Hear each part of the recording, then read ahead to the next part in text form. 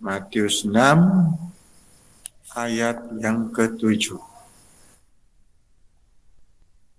Inilah bunyi firman Tuhan, lagi pula dalam doamu itu, janganlah kamu bertele-tele seperti kebiasaan orang yang tidak mengenal Allah. Mereka menyangka bahwa karena banyaknya kata-kata, doanya akan dikabulkan.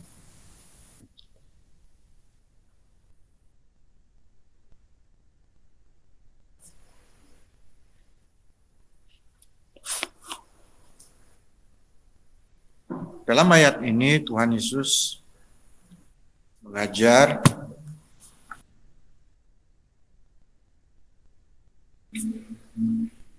pengikutnya bagaimana seharusnya berdoa dan juga kita semua.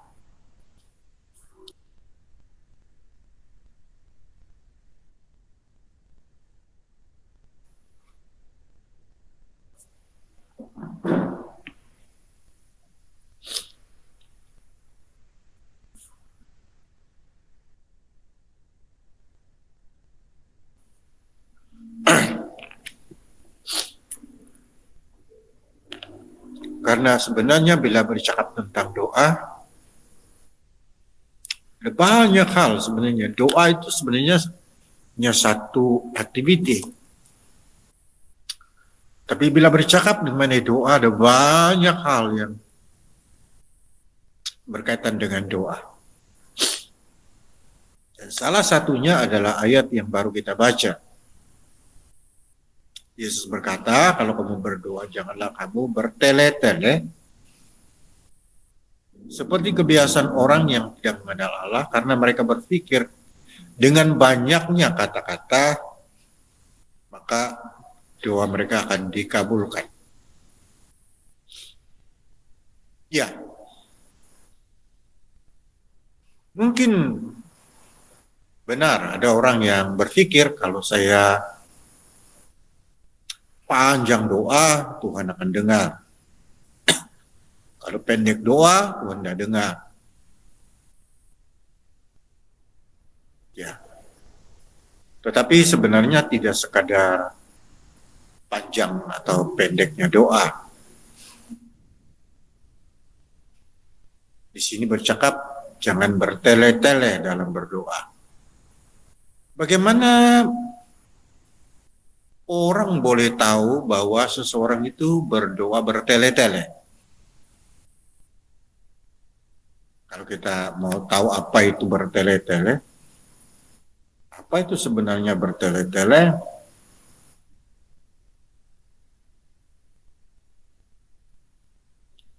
Kalau dalam terjemahan Alkitab Bonyo, dia katakan jangan kamu curah-curahkan kata-kata yang tidak bermakna. Ya, dikurang begitulah itu. Bertele-tele, jadi mungkin berpusing-pusing. Ya, banyaknya kata-kata mungkin itu. Ya. Dan tadi saya katakan, bagaimana orang tahu kita berdoa bertele-tele? Bagaimana Yesus tahu? Ya memang satu perkara dia Tuhan ya, jadi pasti dia tahu. Tetapi juga biasanya kalau orang dapat tahu bahwa kita berdoa bertele-tele, itu berarti orang mendengar. Orang mendengar kita berdoa sehingga mereka tahu kita berdoa bertele-tele. Ya. Artinya kalau kita berdoa dalam hati atau dengan suara yang seperti berbisik berdoa sendiri, orang tidak akan tahu kita berdoa bertele-tele. Orang hanya tahu kita berdoa bertele-tele apabila kita berdoa dengan bersuara. Nah, di sini saya ingin bercakap sesuatu. Sila perhatikannya. Selalunya bila kita berdoa sendiri di rumah kah, doa kita jadi berbeza. Bila kita berdoa didengar orang. Contohnya kalau kita memimpin doa, kan kita selalu bersilih ganti berdoa kan. Nah, ini yang kita harus perhatikan ya. Mungkin kita tidak begitu perasan hal-hal begini boleh berlaku. Ya. Seringkali bila kita berdoa sendiri di rumah, itu betul-betul kita tidak ambil pusing soal kata-kata kita. Maksudnya, ya kita tidak begitu peduli. Sebab kita mau luahkan isi hati kita. Jadi bahasa kita mungkin tidak begitu teratur. Tapi sebenarnya, waktu kita berdoa sendiri, walaupun kata-kata kita tidak teratur, tetapi saya katakan itulah doa yang paling Tuhan suka dengar. Sebab itu doa dari hati. Doa yang tidak terganggu. Maksudnya, nanti saya akan sebut apa maksudnya doa yang tidak terganggu. Maksudnya dia tidak pikir soal bahasa. Dia tidak pikir soal nahu. Soal, betulkah cara saya berdoa? Sila perhatikan waktu kita berdoa dengan bersuara. Apalagi kalau kita memimpin doa. Selalunya kita lebih pikir bagaimana orang dengar doa saya daripada bagaimana Tuhan mendengar doa saya. Kita lebih pikir apa perkataan yang sesuai saya pakai. Bila mau menyebut hal-hal begini dalam doa, daripada luahan hati kita sungguh-sungguh kepada Tuhan. Ini selalu terjadi. Ya, saya tidak menuduh, saya tidak menghakimi, karena ini lumrah. Terjadi kepada siapapun, termasuk saya. Ya, jadi supaya Anda tidak terasa seperti saya mengata siapa-siapa. Apa yang saya ingin beritahu di sini ialah apabila kita berdoa didengar orang atau kita memimpin doa,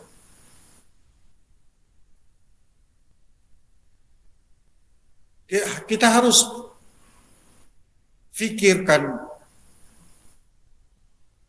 bagaimana Tuhan mendengar doa kita. Bagaimana hati saya berdoa. Daripada bagaimana orang dengar saya doa. 6 kata dia. 6 kata-kata. Dan selalunya akan terjadi doa yang bermadah-madah.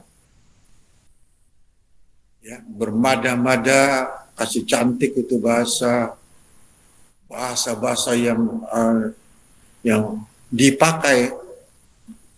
Tidak ada masalah maksud saya, bukan masalahnya pada sana. Tapi karena kita pikir, orang dengar doa saya ini, jadi saya mesti kasih cantik sebenarnya doa, nanti doang ketawa. Jadi semua mesti tepat. Jadi kadang-kadang bermadah lagi. Kadang-kadang kasih masuk lagi emosi-emosi sedikit supaya, betul-betul macam bikin sumarat, orang bilang bikin, ya. Jadi rasa orang, dia betul-betul. Nah, ini yang saya ingin katakan, bila kita berdoa,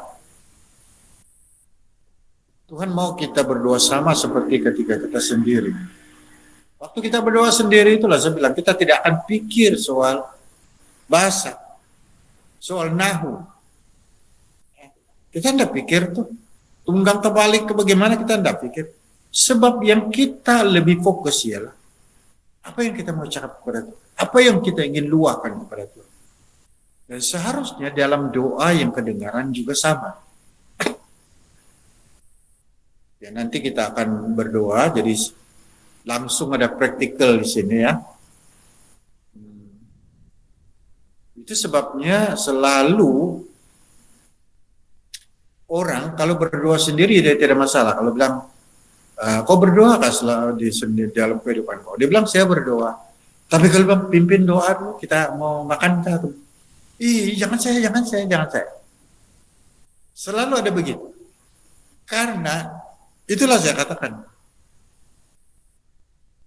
Dia pikir nanti salah saya berdoa. Nanti orang ketawa. Nanti orang Belanda kan begitu berdoa dan sebagainya. Hal ini membuat saya ingat satu peristiwa yang sudah cukup lama, tapi sangat mengesankan ya. Baik bagi saya yang hadir dan juga khususnya bagi orang yang waktu kami remaja kami sudah aktif ya. Tidak ada yang pimpin kami di kampung, kami sendiri buat persekutuan. Tidak ada gembala, tidak ada pastor. Kami sendiri nyanyi, pimpin, bergilir, bawa renungan. Remaja-remaja umur 14 gitu. Kami sendiri buat persekutuan. Jadi ada satu kali ada persekutuan belia kalau setia silap itu di gereja lah. Tiba-tiba satu kawan itu disuruh berdoa. Jadi karena disuruh dia tidak dapat menolak, jadi dia berdoa. Waktu dia berdoa, di tengah-tengah berdoa dia tidak tahu mau sebut apa. Dia itu berhenti. Semua orang tunggu. Tunggu, dia mungkin mau sedang cari apa mau dicakap. Tunggu. Tetapi oleh karena terlalu lama tunggu, dia belum lagi temukan kata-kata. Tiba-tiba serentak semua meletup ketawa. Ya, jadi memang satu hal yang lucu tapi ya tapi juga tidak bagus lah berlaku begitu. Tapi bagaimanapun dia terjadi. Ya, itulah saya katakan kadang-kadang waktu kita pimpin doa kita kehilangan kata-kata. Mau cakap ini ya. Baru berdoa singkat, macam mau habis sudah nih. Pusing lagi balik lagi ulang lagi. Nah, itulah yang namanya bertele-tele itu. Kita lebih pikir orang dengar daripada bagaimana Tuhan mendengar. Jadi semoga kita tertolong karena mungkin masa-masa ya nanti ini juga dan bila kita berdoa kita harus Tuhan saya mau bercakap kepada kau. Peduli apa dong dengar. Tuhan yang saya mau kasih dengan doa saya. Oke? Jadi itu saja renungan kita. Adakah nyanyian lagi?